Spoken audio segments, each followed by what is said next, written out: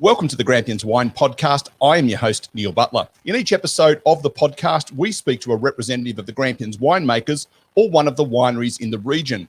We'll learn about the wines, the wineries, and of course, the personalities associated with one of Victoria's leading wine regions. On today's episode, we speak to Leigh Clarnette from Clarnette and Ludvigsen, located in the Grampians. Thanks for joining us today, Leigh. Well, thanks for having us, Neil. Great to see you aboard. First up, let's tell us a little bit about your winery, where it is, and the sort of varieties that you produce. Right. Kym and I started the brand back in 2007-08. We'd been corporate winemaker and viticulturist, Kym the viticulturist. And he said to me, Leigh, this is about time we started making our own wine and we'll drink most of it. Great idea. Yep. I was working for a small winery in Grampians, and Kym he was still at Taltani, where I'd just left. And I was able to make the wine off his grapes. Now, he planted the vineyard 2003, and it's still there and growing Shiraz, Riesling, Chardonnay, Tempranillo, Viognier. Yeah, there's probably one other I can't remember offhand. But you've got a range.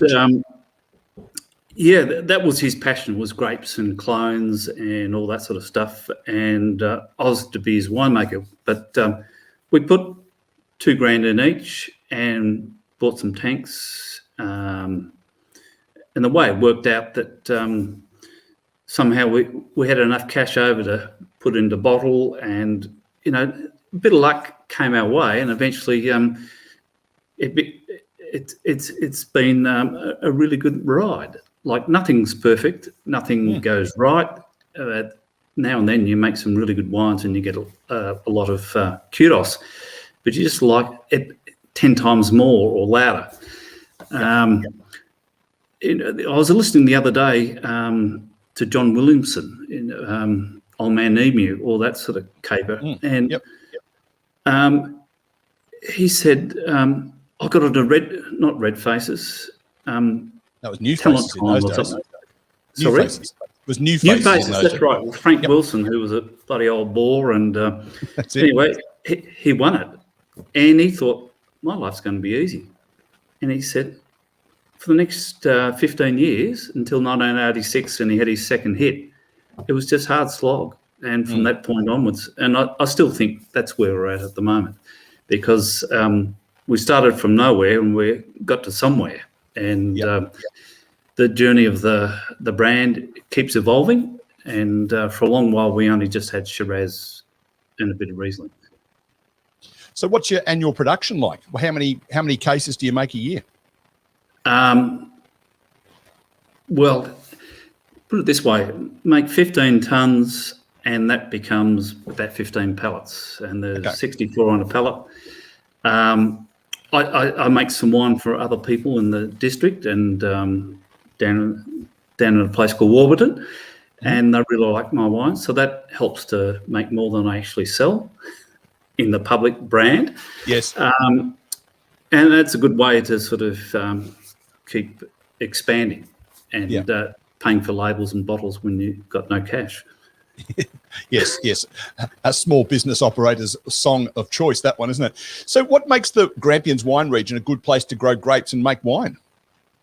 Well, I've been fascinated with it for over 40 years, and my girlfriend in the late 70s came from Stawell. So I was fascinated with the whole concept of bests and sepals because I'd seen them only 5 years earlier, and my parents didn't drink. So the whole concept of wine was very strange. I didn't like beer. So, but the beautiful thing is it's dry summers. It's just a perfect growing season.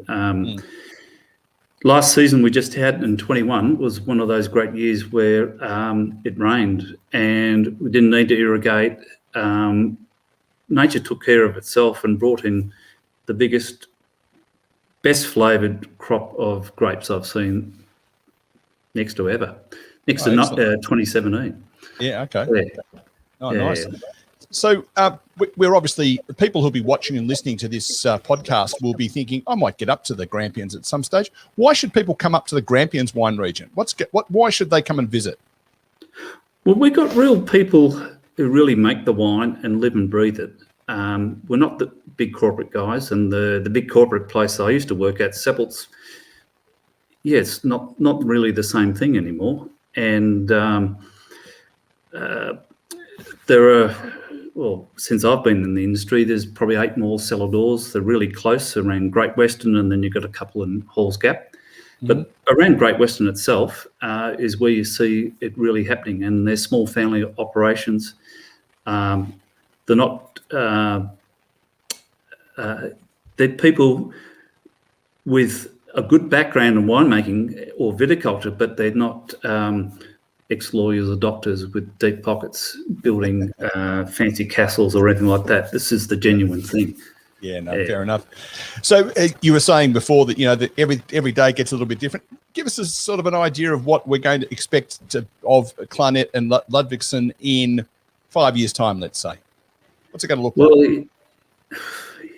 Well, I still dream of one day having a cellar door, and having that is fraught with danger because you have to have staff. But people really want to come and see you somewhere, and that would mean giving up weekends. So that's not what I'm really keen on at the moment. But I pay my salesmen in Melbourne and Ballarat a good stick, so they enjoy selling my wine and making a good margin on what they sell for me. I want to do another product like a sparkling. For most of my career, I've always made a Method Champion Noirs or Method Traditional from Chardonnay and Pinot Noir in Tasmania and across the Southern Highlands here. Also want to start making Pinot Noir again. But it's... What I'm doing is probably a 3-year plan, just to be more successful in the last 3-year plan, because I don't have a big bank of money to go and put myself in front of the highway and saying, this is the place to come. I'm just growing organically, and keeping your reputation intact is the most important thing. Yeah, absolutely. Well, one of the other things we like about the Grampians Winemakers podcast is that we get to know something of the people as well, because as you would attest, part of the joy of being part of a winery is the people behind it. So let's find out a little bit about you. How long have you lived and worked in the Grampians wine region? Since 93. Okay. I came and joined as a winemaker at Seppelt's, and I was there for 6 years. And then I got a job with the Thibault group, and that was a lot more freedom and a lot more responsibility and driving on the road. And then that nearly buried me because I was doing 100K on the road a year, and that was crazy. And when I get home, I'd want to sleep, and the family would kick me up and wake me up and say, "Come on, Dad, it's Friday night. We've got to enjoy ourselves." That's it. So I came back and worked at Teltani in 03 to 06, and they had a major restructure, and of course they got rid of. So got to the Grampians again, joined up with Kym, and the rest is history. Clarnette Ludvigsen. So what was your first role in the wine industry? Presumably winemaker was not your first role, was it? Or was there something before that? My first role really was working at the weighbridge at Penfolds in the Barossa in 1983. Okay. And that was one of the weirdest days I can never remember. February the 16th, and this big black cloud of smoke came over the horizon. The fire sirens wailed, and everyone was left except me and another bloke on the whole site. But we also made... I made fortified wine. I also saw Grange being made, and I saw 30,000 tonnes of grapes being transported over the weighbridge. That was massive. Yeah, so you've come a fair way then. So if you're going on a road trip and you can only take one case of wine from Clarnette and Ludvigsen, what do you take with you? Right, let me look up my answers here, if that's all right. It certainly is. I've got to take the reserve Shiraz, and because that really, the 2017 is probably the most perfect wine I've ever made. Mm-hmm.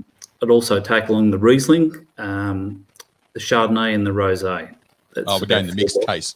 Yeah, that saves you having a chair you can sit on the fence. Well done. Yeah. Your favourite meal to have with a bottle out of that case? It'd be kangaroo backstrap with some roasted, what do you call it? But potatoes in the campfire and the coals. Mm-hmm. I just love roux. It's just one of the best meats, and if it's cooked really quickly, it just goes so well with Shiraz. Okay. Favourite location to eat that meal and drink that wine? Well, at the top of the vineyard, we're about 400 metres, and it's just over the fence where the kangaroos sit every night, waiting to eat our grapes. I want to sit up and there. And you waiting to eat them, so it's only fair. It's only fair. Well, they live in the vineyard all day, yeah, and then they go up at night and just sit up there, and you look there and you can see the Grampians in their full splendour. You can see the rock formation, the whole lot, and sunset's pretty. Well, actually, sunrise is even better because the sun is right on them, and I really love that. So I can't get sick of it at all. Fair enough. Favourite music to have playing while you're having that meal in that location? About 30 years ago, I was stuck in Pad the Way with nothing to do, and somehow I bought a cassette of Vivaldi's Four Seasons. Nice. And it's one of the most magic pieces of music that makes me happy, and I love just to blast it across the vineyard. Nice. Yeah. Three people, living or dead, that you'd want to share that meal and wine with? Okay. Golda Meir, ex-Prime Minister of Israel, Bob Hawke and John Bertrand. Okay. Because I just find that those people are amazing. Golda, because she led a country out of the 6-Day War, and as a 10-year-old, I found that amazing. That every country around her was just trying to put them out of the misery, and they got up and said, "No, you're not," and took over more land. I find that amazing. It scarred my imagination, and she was a woman. Yep. She just put the blokes in the place, and one of the greatest leaders I've ever seen. And then John Bertrand for the last race of 7, and I've been following the America's Cup since '67. It was one of the things that came over the radio, and we listened to some of the races at primary school, would you believe? Okay. And I always knew the Americans cheated. And I'm just thinking, allegedly, they're going to do it again. Allegedly. And when he lost the first 2 turns, I'm thinking, they've cheated without a doubt. And then he comes back, and the rest is history. It was just brilliant. But the other bloke, Bob Hawke, love him, I hate him, and I do have the ambivalence about him. Was in '83. He called a summit of the unions and the business leaders together in South Australian Parliament. Yep. We went down that day and saw him walk in, and he tore strips off the premiers, like Joe Bielke, Peter Abels, the union leaders, the whole lot. He was ready to smash heads like I've never seen anyone before. And I think the country started to get together after that. And I like those blokes having a crack. And go. And I met him at a function once, and I was surprised how small physically he was.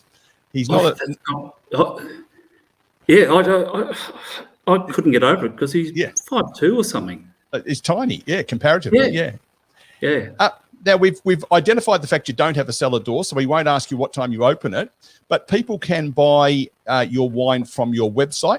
Tell us about your website address and also any social media that you're on. Right. It's clarnette-ludvigsen.com.au. And social media is mainly Instagram, the same sort of handle, but it's Clarnette_Ludvigsen. I stuffed it up. And we'll be right. It also transferred to Facebook the same way. And this time last year, I was so scared of it. And somebody said, there's a lady here who will do it for you. And that's been brilliant. Absolutely. She takes away my phobias and pummels me every day. You haven't got enough.